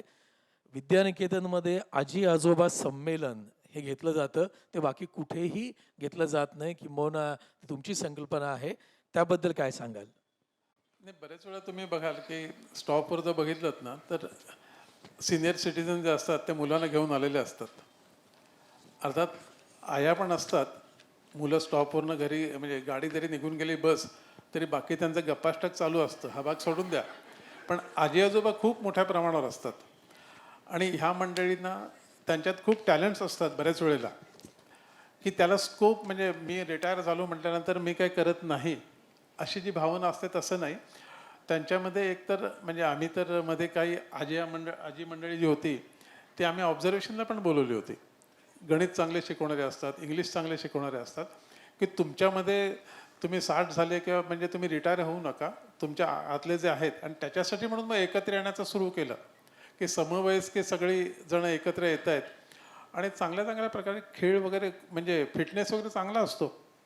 तर त्यामुळे त्यांना देखील एक वाटतं ना की आपण काहीतरी करतोय, नाही तर नुसतं अडगळीचं झाल्यासारखं वाटतं कामा नये घरात, की काही काम करत नाही माणूस, नुसतं बसलेलं आहेत, असं नको. ह्यांच्यामध्ये जे काय आहे त्याचा उपयोग आपल्यासाठी, मुलांसाठी, सगळ्यांसाठी होतो. काही काही जण छान चित्र काढतात. आत्ता मध्ये 16 जूनला आमच्या एका आजोबांनी साधारणपणे 8 ते 10 फुटाचं, मला वाटतं कॅनव्हासवर शिवाजी महाराजांच्या राज्याभिषेकाचं चित्र करून पाठवलं. ते मी आता फक्त फ्रेम कोण करून देतं ते बघतोय, कारण खूप मोठं आहे ते, 8-10 फूट लांब सगळं आहे ते. सर, दुर्दैवाने सगळीकडे शिक्षणाचा व्यापार झालेला दिसतो, पण विद्यानिकेतननी अजून त्याचं वेगळेपण जपलेलं आहे. कुठलाही कमर्शियल ॲस्पेक्ट हा विद्यानिकेतनमध्ये अजिबात कधीही कोणाला जाणवलेला नाही आहे. त्याच्याबद्दल तुम्ही काय सांगाल? नाही, मुळात शिक्षण जे आहे की नाही, मी आत्ता देखील रवी तू बघू नकोस, आत्ता फी जी आहे ती देखील खर्च चालवण्यासाठी आवश्यक आहे एवढी फी घेतलेली बरी. ह्याच्यातनं काय प्रॉफिट काढायला पाहिजे असं नाही. आता आम्ही जे काम चालू केलं ते गेले 12-13 वर्ष आम्ही जमवतोय पैसे. म्हणजे बरेच जण आता मुलं मदत करतात, हा सोडून द्या, पण कमर्शियल कशासाठी करायचं? शिक्षण जे आहे ते सगळ्यांना मिळालं पाहिजे, व्यवस्थित चांगलं मिळालं पाहिजे. नुसतं गव्हर्नमेंट योजना काढून चालत नाही, तर शाळांनी त्याच्यामध्ये सहभाग घ्यायला पाहिजे. अनुदानित शाळांमध्ये पण हल्ली मला वाटतं थोडंसं आडमार्गाने पैसे घेतले जातात. शिक्षण हे अफोर्डेबल पाहिजे आणि चांगल्या प्रकारचं पाहिजे. नाही तर मी सरकारी शाळेत जातोय, मला फ्री सगळं मिळतंय, पण शिक्षण चांगलं मिळत नाही आहे, मग मी कुठेतरी प्रायव्हेट क्लासला जातो. हा प्रकार होता कामा नाही आहे. अफोर्डेबल शिक्षण आणि सगळ्यांसाठी चांगलं मिळालं पाहिजे, आणि त्यामुळे जेवढी आवश्यक तेवढीच फी घ्यायची. आता मी म्हणजे काय जण जे आपल्या शाळेतनं पुण्याला वगैरे गेले ते म्हणाले की आम्हाला शाळेत आत्ता जे आम्ही फी भरतो त्यात आम्हाला विद्यानिकेतनमध्ये 4 वर्ष आरामात गेली असते. बाहेर लाख रुपये फिया झालेल्या आहेत. आम्ही 100 रुपये वाढवताना 10 वेळा विचार करतो, 2 वर्षांनी 3 वर्षांनी, की वाढवायचे की नाही. म्हणजे पहिल्यांदा मी वाढवायचं म्हणून सांगतो, आता त्यावेळेला मुलगा सांगतो की काही दिवसांनी मला सांगा ह्याच्याबद्दल परत एकदा, कारण बरेच वेळा मी वाढवायचे सांगतो आणि आत्ता जाऊ दे कशाला हे करायचं. पण पैसे वाढवणं, फी वाढवण्याच्या वैयक्तिकरित्या मला तेवढं पसंत नसतं, कारण सगळ्यांना ते जमत नाही. पण आता हळूहळू कळायला लागलं की पालक नको तिकडे बराच खर्च करतात, शाळा हे करत नाही म्हणून. त्यामुळे मग फी तरी वेळेवर द्या, कारण आमच्याकडे 3-3 वर्ष पण फी न भरलेली माणसं आहेत, काही ना काही कारणाने. मग कधीतरी आठवण करून जाते की मूल येते, आता 3 वर्ष झाली, द्या आता जरा. पण हा मग कमर्शियल भाग राहत नाही, हा आवश्यकतेचा भाग होतो. बऱ्याच ठिकाणी असं होतं की तुम्ही फी भरली नाहीत महिन्याची तर येऊ नका. फी भरणं ही मुलांची जबाबदारी नाही, पालकांची आहे. त्यामुळे मुलांवर अन्याय होता का म्हणे, आणि कमर्शियल आस्पेक्ट नसणारच आहे कधी. नाही, पण खूप कौतुकाची गोष्ट आहे ही. हे वेगळेपण आहे म्हणून हा प्रश्न आला. सर, स्नेहबंधनबद्दल काय सांगाल? कारण का विद्यानिकेतन आणि स्नेहबंधन एक अतूट नातं आहे, हा वेगळा उपक्रम आहे, त्याबद्दल काय सांगाल? स्नेहबंधन हे ज्येष्ठ नागरिक निवास आहे आणि खोपोली पाली रस्त्यावर आहे ते. मला वाटतं आपण एकदा आलेलात तिथे. म्हणजे माझे जे काका होते सखाराम पंडित, जे संघाचे डायहार्ड स्वयंसेवक होते, 2004 साली ते चालू करायचं म्हणून तिकडे जागा निवडली होती. ती जागा जी आहे ती त्या परिसरातली सर्वात उंचावर आहे, आणि त्या तिथे म्हणजे तुम्हाला माहिती असेल बरेच जणांना की पाली वगैरे त्या भागात बराच मोठा पूर आला होता, जांभूळपाडा वगैरे सगळं पाण्यात गेलं होतं, म्हणून ती उंचावरची जागा. आणि तिथे ज्येष्ठ नागरिकांना, कारण काय होतं की मुलं बाहेर जातात आणि बरेच वेळा वन वे तिकीट असतं, कधी कधी कोणाचं घरात पटत नाही, मग अशा सगळ्या जे ज्येष्ठ नागरिक असतात त्यांनी काय करायचं, म्हणून त्यांच्यासाठी सेफ, व्यवस्थित आरोग्याची काळजी घेईल असं एखादं ज्येष्ठ नागरिक निवास पाहिजे, म्हणून त्याची स्थापना झाली तिकडे. त्याच्यानंतर काही वर्षांनी काका निवर्तले. गेले काही वर्षात त्या संस्थेचा अध्यक्ष मीच आहे. आणि एक ते मजेशीर असतं, म्हणजे शाळेतली मुलं पण आम्ही कधी कधी मागे घेऊन गेलो होतो, झाडं पण लावली होती कंपाऊंडच्या तिकडे, किंवा आणखीन रंग ज्याला म्हणतात चित्र काढणं वगैरे, हे सगळे प्रकार आम्ही तिथे केलं होतं. पूर्वी जाताना इथून आम्ही ज्याला म्हणतात ना मेकॅनिक घेऊन जायचो, इलेक्ट्रिशियन घेऊन जायचो, किंवा बोरवेलसाठी माणसं घेऊन जायचो. आता तिकडे सगळं व्यवस्थित लाईनशीर सगळं लागलेलं आहे, आणि इकडे लहान मुलं आणि तिकडे ज्येष्ठ नागरिक, दोन्ही आनंदाचे भाग आहेत. अर्थात मजा अशी होते की ह्या इथे पण तिकडे गेल्यानंतर आता माझ्यापेक्षा वयाने खूप माणसं तिथे आहेत, 92-94ची वगैरे आहेत. पण कधीकधी एखाद्या घरातला ज्याला म्हणतात ना की कोणतरी करता माणूस यावा आणि तो काहीतरी खाऊ घेऊन येतो, मी जाताना काहीतरी घेऊन जातो, तर अशा वेळेला बाबांनी काय आणलं म्हणून चौकशी करतात. मी 93 वर्षाचा माणूस जेव्हा आज काय आणलं म्हणून ते हळूचकन स्वयंपाक करताना मी ऐकतो स्वयंपाकघरात काहीतरी घेऊन गेलेलो असतो, आज बाबांनी काय आणलंय. मला पहिल्यांदा प्रश्न पडला हा कोण माणूस आहे. नंतर ते म्हणाले की तुम्हीच. म्हणजे डायरेक्ट एवढी मुलं आपल्या पदरात कधी पडली. नाही, खरंच कौतुकाचा भाग आहे. सर, विद्यानिकेतनचं प्राईड नावाचं एक मासिक आपण काढत होतो. अतिशय सुंदर ते मासिक असायचं. त्यामध्ये बऱ्याचदा त्याच्यामधलं सगळं जे आकर्षक रचना आपले प्रभू कापसे करत असत, तर ते मधल्या काळामध्ये तुम्ही थांबवलं कोरोनानंतर. ते परत सुरू करावं असं नाही का वाटत? सुरू करायचं ना. मुलांना पण वाचनाची आवड लावलेली आहे, लिखाणाची पण हळूहळू सुरू केलेली आहे. वाचनाची आवड लावण्याचा म्हणजे एक भाग असा की आपले जे मिस्टर पुंडलिक पै आहेत त्यांच्या फ्रेंड्स लायब्ररीची एक ब्रँच आपल्या शाळेत आहे आणि 1ली ते 8वीच्या सर्व मुलांना शाळेच्या खर्चाने आपण पुस्तकं देतो. वाचायची सवय लावलेली आहे कंपल्सरीली आणि ती मुलं रिव्ह्यू लिहितात. लिखाणाची सवय झालेली आहे. आम्ही प्राईड जेव्हा चालू केलं त्या मुलांमधले जे काही लिखाणाचं असेल, कविता असतील, लेख असतील, ड्रॉइंग असेल, हे सगळे करत होतो. आणि मला वाटतं मी दिवस विद्यानिकेतनचं म्हणून त्यात लिहित होतो. काही प्रसंग जसे होतील तसे ते रिव्हाइव्ह करायचं आहेच. फक्त ते थांबण्याचं कारण असं की नंतर असं कविता वगैरे यायला लागल्यानंतर खाली नाव एकाचं असायचं. पण नंतर बघितलं तर तोपर्यंत गुगल मावशी आलेली होती. त्यामुळे तिच्याकडे जर विचारलं तर कळायचं की ह्यातल्या काही वेळी तिला माहिती आहेत. म्हणजे कळलं की हे स्वनिर्मित नाही आहे. त्यामुळे म्हटलं की उगाच हे असं वाङ्मय चौर्य नको, म्हणून मी ते थांबवलं. पण ते परत चालू करायचा विचार आहेच की वार्षिक तरी काढायचं, की संपूर्ण वर्षभरात जे काही होतं बऱ्याच पालकांना माहिती नसतं काय काय कसं कसं असतं ते. त्याप्रमाणे ते करायचा विचार आहेच. सर, आम्ही जरूर प्राईडची वाट पाहू. अजून एक अतिशय महत्त्वाचा विद्यानिकेतनबद्दलचा मुद्दा म्हणजे प्रवेश देताना पूर्वी पालकांची विद्यानिकेतनमध्ये परीक्षा घेतली जायची. पालकांना इतकं टेन्शन असायचं की स्वतःच्या शाळा किंवा कॉलेजच्या परीक्षा देताना ते येत नसेल. माझी पत्नी MSc रँक होल्डर आहे, तिला आणि मला एकत्र परीक्षा द्यायची होती. मला झोप नाही लागली हो. आजपर्यंत मी परीक्षा देतोय, कुठलंच टेन्शन आलं नाही. तुमच्या परीक्षेचं आलं होतं, कारण असं मनामध्ये आलं ह्याच्यात जर नापास झालो तर मुलगा आयुष्यभर सांगेल तुमच्या शिक्षणाला काय अर्थ नाही. तर ह्या परीक्षेबद्दल तुम्ही काय सांगाल? पूर्वी आम्ही पेरेंट्स ॲप्टिट्यूड टेस्ट पॅट जरूर घ्यायचो. ह्याच्या मागचं कारण असं आहे की पालकांना जनरली सगळीकडे जगात काय चाललं वगैरे सगळं माहिती असतं, पण मी ज्या परिसरात राहतो त्या परिसरात काय असतं ह्याची माहिती नसते आज, पूर्वी देखील.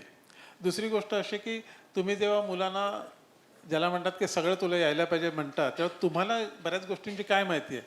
म्हणजे ती काय बौद्धिक टेस्ट वगैरे असं काय नसायचं, एक जनरल माहिती असायची.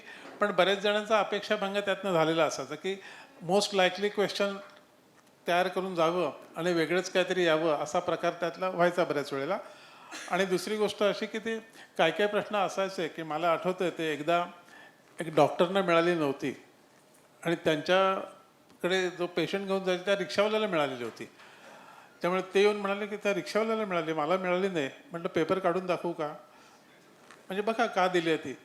म्हटले तो जो परफॉर्मन्स आहे, आता पालकांची परीक्षा घ्यायचा हा एक भाग होता की त्यांचं आजूबाजूचं परिसराचं ज्ञान काय आहे.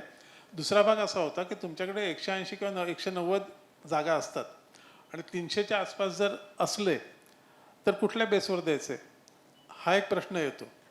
त्यामुळे हा एक सोपा मार्ग होता की हा तुझा पेपर आहे बघ, ह्याच्यामुळे तुम्हाला देऊ शकलेलं नाही आहे.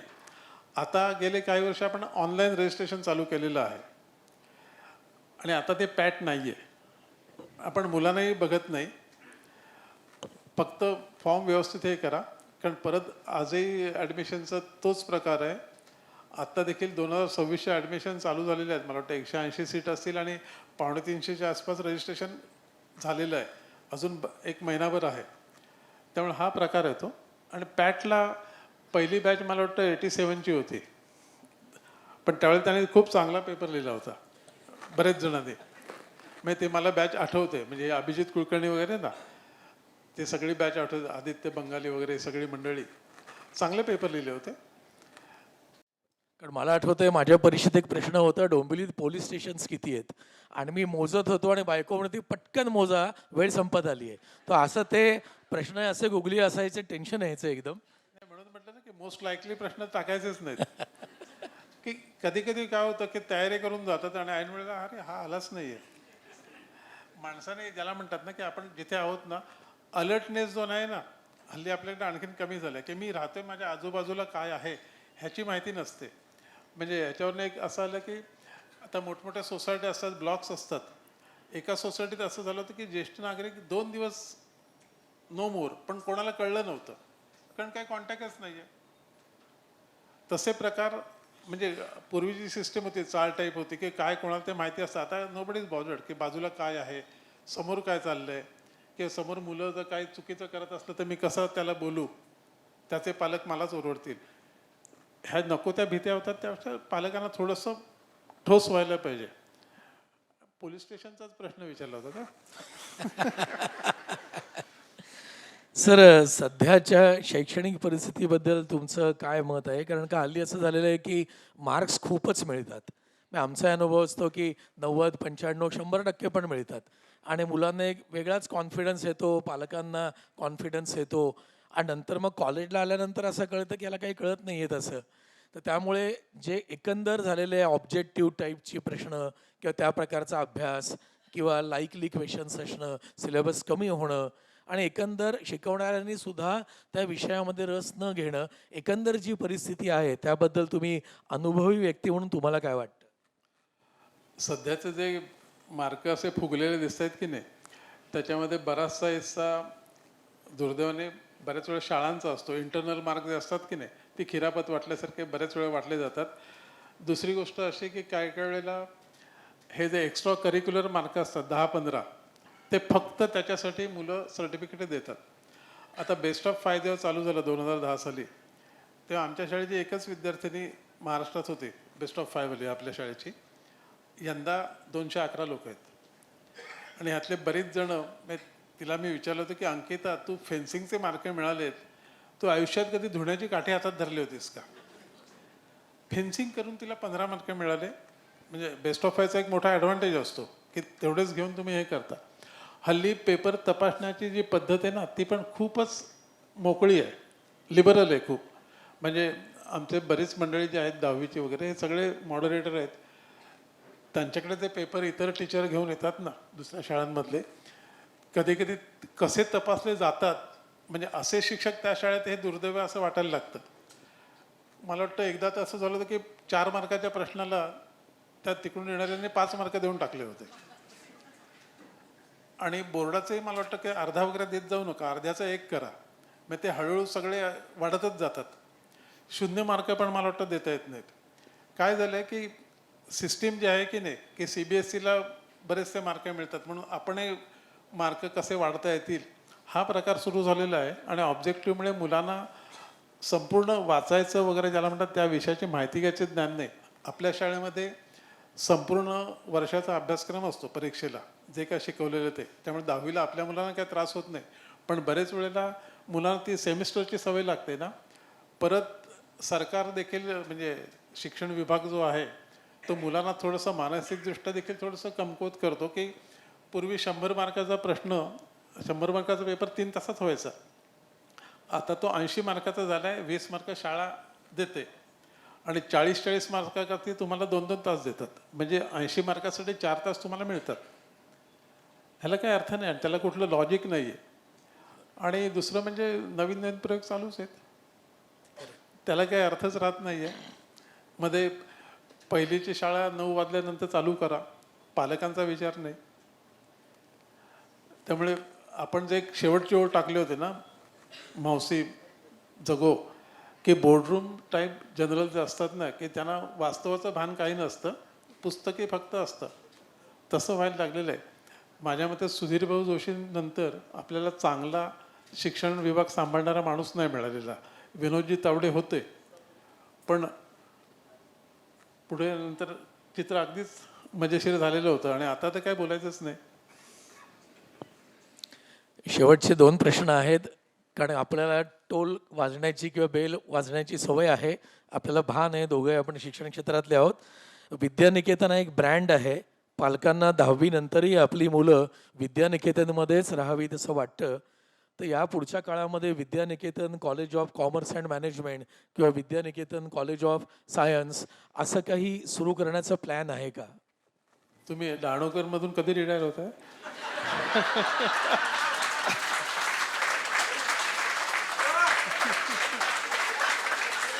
नाही, वेळ आहे. पण मी तुमच्यासाठी वेळ देईन. मग त्याप्रमाणे आपण ते सगळं ठरवूया ना. काय आहे की इन्फ्रास्ट्रक्चर आपल्याकडे हळूहळू होतच आहे. फक्त वामनासारखं एक एक पाऊल मजबूत करत जायचं आहे. दुसरी गोष्ट, एकदम एक्सपान्शन करण्यापेक्षा स्टेप बाय स्टेप गेलं की तुम्हाला सगळं हळूहळू कळतं. ते करायलाच लागणार आहे. आणि म्हणून म्हटलं की आत्ताच सगळ्यांच्या समोरच तुम्हाला मी विनंती करतो की तुम्ही रिटायर कधी होते सांगा. मग तोपर्यंत आम्ही सगळे तयार ठेवू. आणि शेवटचा अतिशय महत्त्वाचा प्रश्न आहे की भारताचे आदरणीय पंतप्रधान माननीय नरेंद्रजी मोदी यांना एक त्यांची संकल्पना आहे विकसित भारत 2047. भविष्याचा वेध घेणारी ती योजना आहे. सगळ्याच क्षेत्रांचा त्याच्यामध्ये समावेश आहे. 2047 मधली विद्यानिकेतन तुम्ही कशी पाहता? 2047 बहुतेक माझी हवाई पाहणी असेल त्यावेळेला. 2047 म्हटल्यानंतर पहिली गोष्ट म्हणजे आपण जे म्हणाल तसे कॉलेज तर डेफिनेटली फुल फ्लेज येईलच. त्याच्याशिवाय माझ्या मते कॉलेज स्टुडंटसाठी किंवा पर्टिक्युलरली गर्ल्स स्टुडंटसाठी हॉस्टेल एखादे यायला पाहिजे. त्याच्यानंतर स्किल डेव्हलपमेंट सेंटर जे असतं वेगवेगळ्या प्रकारचे किंवा इंडस्ट्रियल ट्रेनिंग इन्स्टिट्यूट टाईप हे करायला पाहिजे.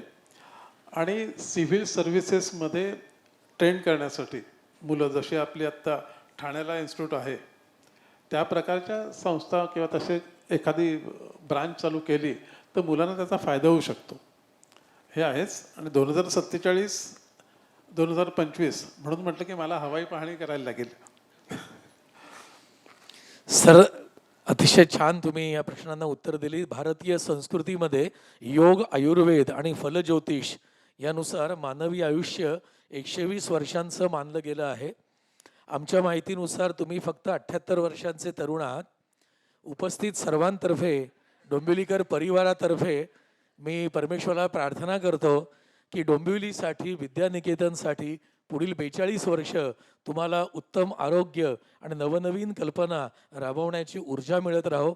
तुम्ही आज डोंबिवलीकर परिवाराने आयोजित केलेल्या कार्यक्रमामध्ये आलात तर विद्यानिकेतन करता आणि तुमच्या भावी योजनांकरता मनापासून शुभेच्छा. धन्यवाद. यातला काही भाग आणखीन सांगतो.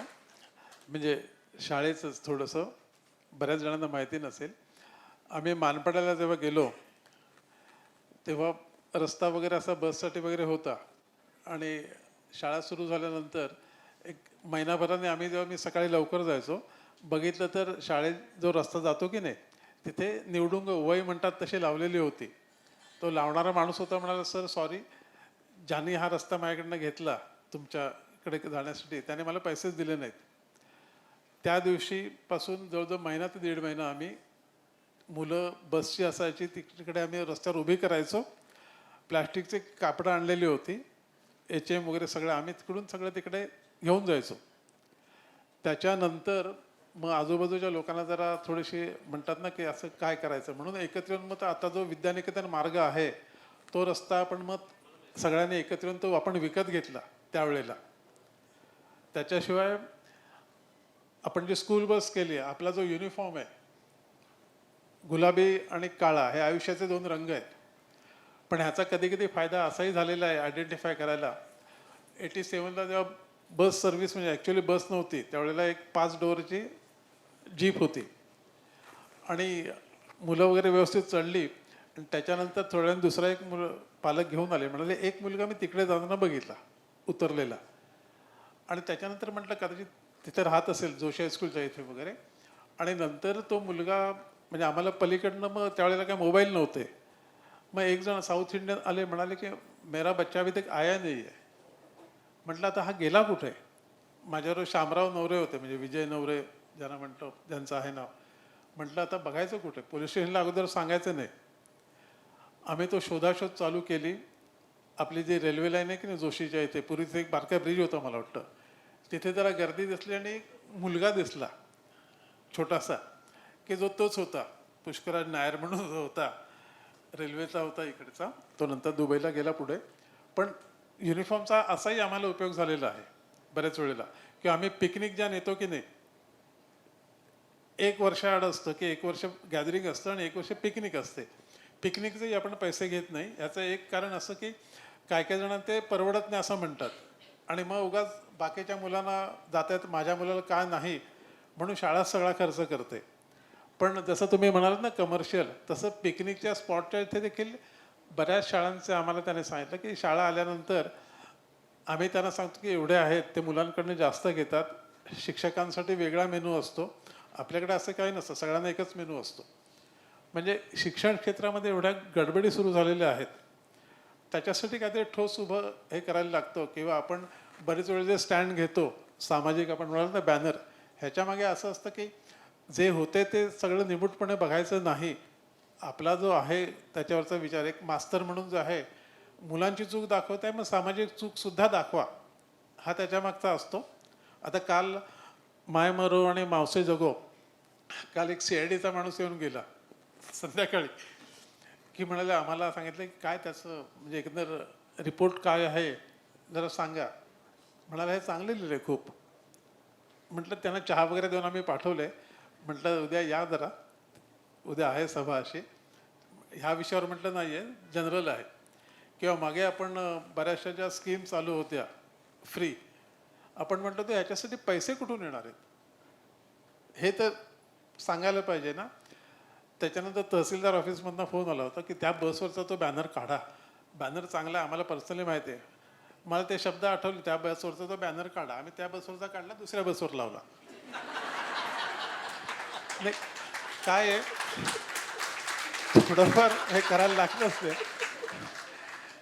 त्यामुळे या सगळ्यात मजा येते. आता गवत एवढं वाढलेलं होतं, पूर्वी खूप साप वगैरे आम्हाला दिसायचे, म्हणजे 1-1, 1.5 पुरुष गवत असायचं, पण सापाने कधी त्रास दिला नाही. पण कधीतरी टॉयलेटच्या वगैरे इकडे जाऊन तो बसायचा. मग अशा वेळेला खरी पंचायत व्हायची की ह्याला हाकलायचा कसा.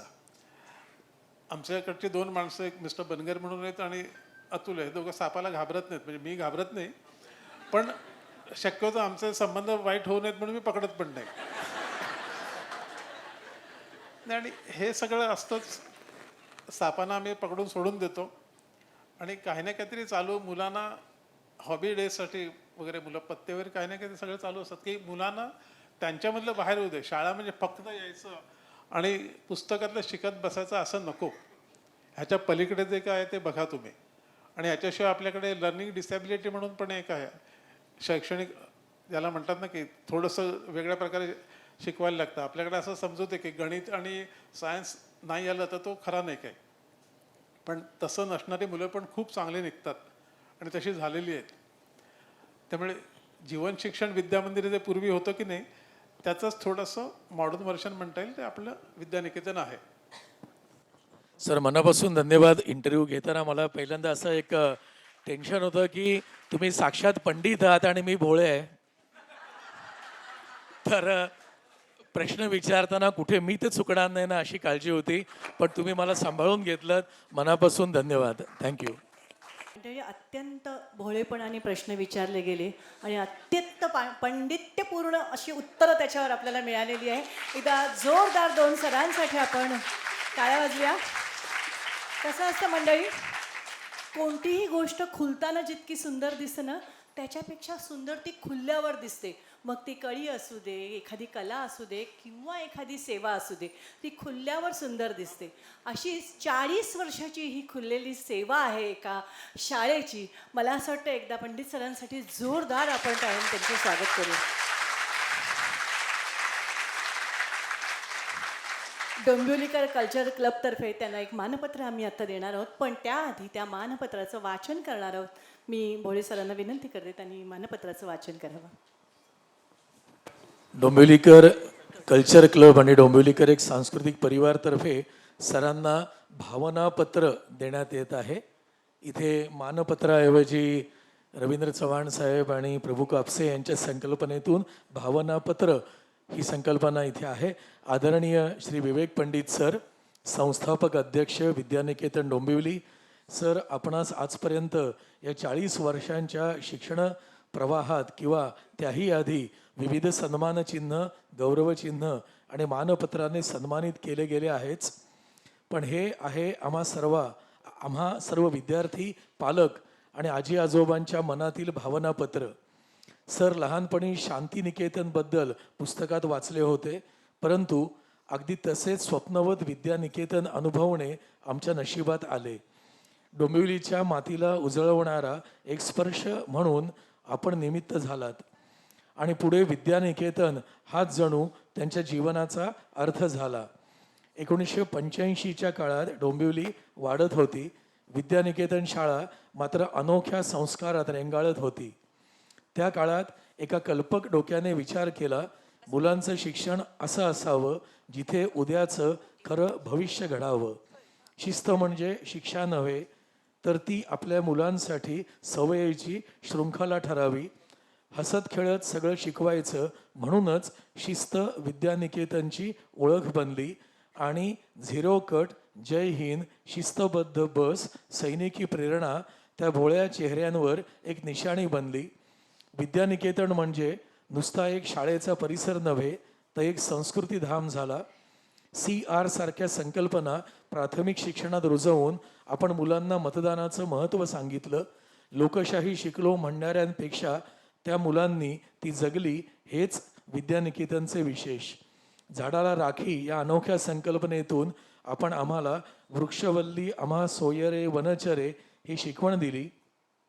फेसबुकच्या जमान्यात आपल्या हजारो शिष्यांना आठवणीने वाढदिवसाचे आशीर्वाद देत नुसता शुभेच्छांचा स्नेह न जपता आजकाल हरवत असलेल्या आजी आजोबांना एकत्र आणून आमचे संमेलन भरवत आमचा परिवार वृद्धिंगत केलात. हतबल आणि थरथरणाऱ्या वृद्ध देहाला पाली येथील निसर्गरम्य परिसरात स्नेहबंधनच्या माध्यमातून आधार दिलात. विद्यानिकेतनच्या प्रत्येक शालेय उपक्रमांमधून आपली सण परंपरा जपत भारतीय संस्कृतीचा, आपल्या हिंदू परंपरेचा बाज आपण या आधुनिक जगात आजही या 40 वर्षांमध्ये जपलात. आम्ही तो आमच्या हृदयात बिंबवला. आजपर्यंत विद्यानिकेतन शाळेची शाखा निघाली नाही, पण हजारो मनांमध्ये विद्यानिकेतन रुजली. विद्यानिकेतन ही केवळ शाळा न राहता आमच्या संवेदनांची कार्यशाळा झाली. शिक्षण फक्त आपल्या मुलाचे नसते, तर तो असतो संपूर्ण कुटुंबाचा सहप्रवास आणि असतं शाळा आणि घर यांचं ऋणानुबंधांचं नातं. विकसित भारताच्या नकाशात विद्यानिकेतनचं स्थान ठळक असेल, कारण इथे खरे देशभक्त घडवले जातात. म्हणूनच ही शाळा फक्त शाळा नसून आम्हा सर्वांसाठी ती आपल्या भारतीय संस्कारांचं मंदिर आहे. आजपर्यंत आपले जे विद्यार्थी जगभर पोहोचले, डॉक्टर, वैज्ञानिक, वकील, ऑफिसर झाले, त्यांच्यासह आमच्या सर्वांच्या हृदयात कुठेतरी जय हिंद सरचा तो आवाज अजून घुमतोय. आजकालच्या शिक्षणाच्या व्यापारातही विद्यानिकेतन शुद्धतेचं उदाहरण बनलं, हाच आपला खरा ठेवा. विद्यानिकेतन शाळा ही एक शुद्ध प्रामाणिक मनाचं प्रतिबिंब आहे. समाजातील अस्वस्थता ही आपल्या शाळेच्या बसवर झळकवणाऱ्या सामाजिक संदेशातून दिसू लागली. कारण जग बदलत जातं, शाळा उभ्या राहतात, इमारतींच्या भिंती वाढतात, पण काही शाळा नुसत्या उभ्या राहत नाहीत, तर त्या रुजतात. त्या शाळांचा पाया सिमेंटचा नसतो, तो असतो मूल्यांचा, संस्कारांचा आणि एका विचारवंत माणसाच्या स्वप्नांचा. सर, आपणास कधीही शाळा चालवायची नव्हती, तर शाळा घडवायची होती. शिक्षण फक्त पाठीवरच नाही, तर हृदयातही घडवता येतं. म्हणूनच विद्यानिकेतनच्या विद्यार्थ्यांनी शिक्षणात फक्त मार्क्स नाही कमावले, तर त्यांनी माणसं कमावली. हे या 40 वर्षांच्या आपल्या अखंड ध्येयातून आम्ही पाहत आलोय. म्हणूनच विद्यानिकेतन या समृद्ध शिक्षण संस्थेचा प्राण म्हणजे आमचे विवेक पंडित सर. आपण स्वतःचं अस्तित्व विसरून फक्त विद्यानिकेतन शाळेला आत्मा मानून मुलांना केंद्रस्थानी ठेवलं. हे आमचं सर्वांचं भाग्य. आपल्या 40 वर्षांच्या शिक्षण प्रवासाची प्रकट मुलाखत ही केवळ औपचारिकता नाही, तर ही आहे आमच्या मनातील कृतज्ञता. आज शिक्षणाच्या क्षेत्रात डोंबिवली आणि परिसरात विकसित भारताचं बीज पेरणारा माणूस आपल्या रूपाने एक आदर्शवत ठरला आहे. या कार्यक्रमाच्या निमित्ताने विद्यानिकेतन या नावामागचं मन, त्यातल्या मूल्यांचं मानांकन आणि आपल्या विद्यानिकेतन या संपूर्ण परिवाराचं सदिच्छा श्रमाचं सत्व आज सर्वांसमोर मांडण्यासाठीच या भावनपत्रातून आपल्यातील एका शिक्षण योद्ध्याला सहृदय अभिवादन. जय हिंद सर. संपादक आमदार रवींद्र चव्हाण, अध्यक्ष डोंबिवलीकर कल्चर क्लब, सर्व विद्यार्थी पालक आणि आजी आजोबा, विद्यानिकेतन आणि डोंबिवलीकर परिवार. भावनापत्र शब्दांकन केलेल्या अर्थातच आपल्या प्रभू कापसे, कार्यकारी संपादक डोंबिवलीकर यांनी. धन्यवाद. विद्यानिकेतन म्हणजे नुसतं पंडित सर धरू नका. विद्यानिकेतन म्हणजे आम्ही सगळे जे टीम आहेत 105 मंडळींची, त्यांच्यामुळे सगळं शक्य आहे. एकटे विवेक पंडित काय करू शकणार नाहीत आणि करू शकले नसते.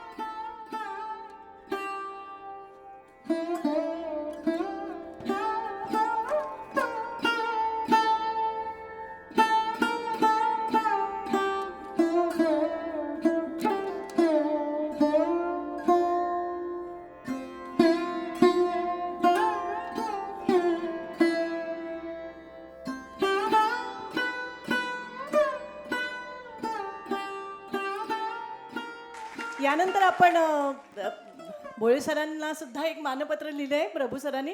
मी सुलभाताईंना विनंती करते की त्यांनी त्या मानपत्राचं वाचन करावं. नमस्कार. भावनापत्रच आहे हे पण. आदरणीय प्राध्यापक डॉक्टर विनय भोळे सर, प्राचार्य ML Dahanukar college of commerce, स्वायत्त, विलेपार्ले, मुंबई. विद्वत्तेचा तेजस्वी प्रकाश असलेली आणि अभ्यासाच्या आकाशात सतत उंच भरारी घेणारी अशी एक शांत, नम्र आणि प्रयोगशील व्यक्ती म्हणजे डॉक्टर विनय भोळे. शब्दात मोजता न येणारी त्यांची ही शैक्षणिक तपश्चर्या ही केवळ डोंबिवलीच नव्हे तर संपूर्ण महाराष्ट्रासाठी अभिमानाची गोष्ट आहे.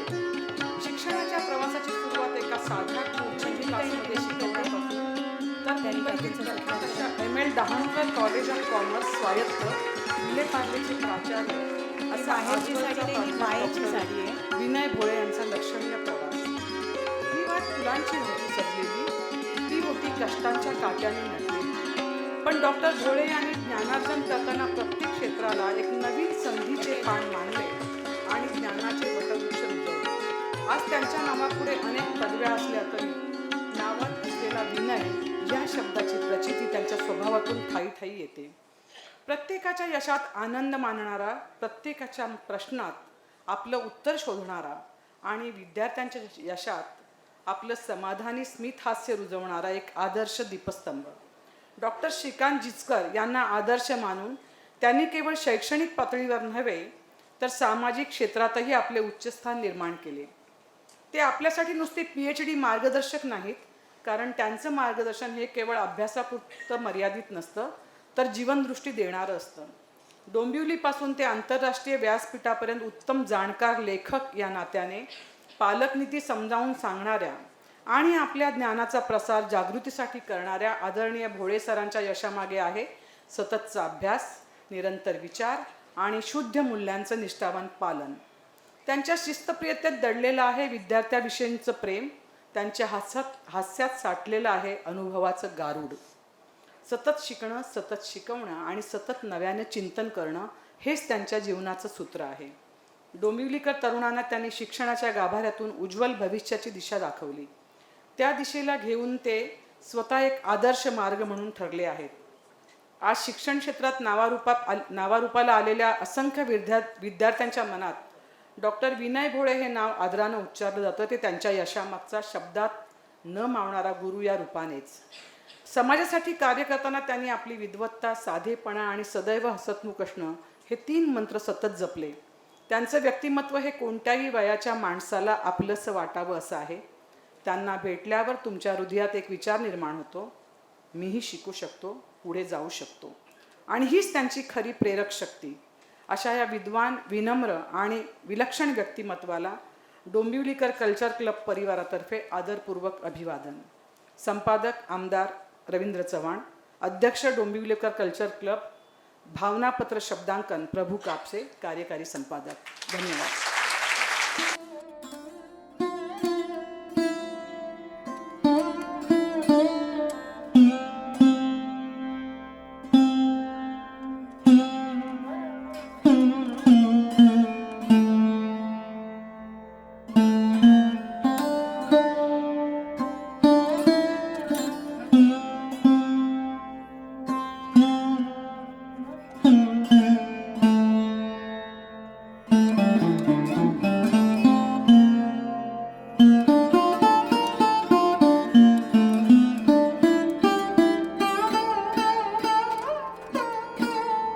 आभाराचा भार कशाला, आता फुलांचे हार कशाला, कोणाचे आभार म्हणायचं. मला तसं वाटतं की आपण सगळ्यांनाही पंडित सरांच्या ऋणातच राहिलेला आम्हाला आवडेल. म्हणजे अशा गुरुचे काय आभार म्हणायचे, अहो त्यांच्या ऋणातच राहायला पाहिजे. आणि हे ऋणच घेऊन आम्ही घरी जाणार आहोत. पण केवळ संस्कृतीचा एक भाग म्हणून मी सर्व सरांचे, दोघे भोळे सरांचे आणखीन पंडित सरांचे मनापासून आभार मानते. तसेच आपण इतक्या मोठ्या संख्येने उभा राहिलात, इथे आलात, उपस्थित राहिलात, त्यामुळे तुमचे पण सगळ्यांचे मनापासून आभार मानते. आणि राष्ट्रगीताने आपल्या कार्यक्रम संपन्नतेकडे जाणार आहे. संपणार नाही आहे, संपन्नतेकडे जाणार आहे. राष्ट्रगीत शुरू करेंगे. शुरू कर. जनगण मन अधिनायक जय हे भारत भाग्य विधाता, पंजाब सिंध गुजरात मराठा द्राविड उच्चल वंग, विंध्य हिमाचल यमुना गंगा उच्चल जलसि तरंग, तव शुभ नामे जागे, तव शुभ आशीष मागे, आवे तव जय गाथा. जनगण मंगलदायक जय हे भारत भाग्य विधाता, जय हे जय हे जय हे जय जय जय जय हे. भारत माता की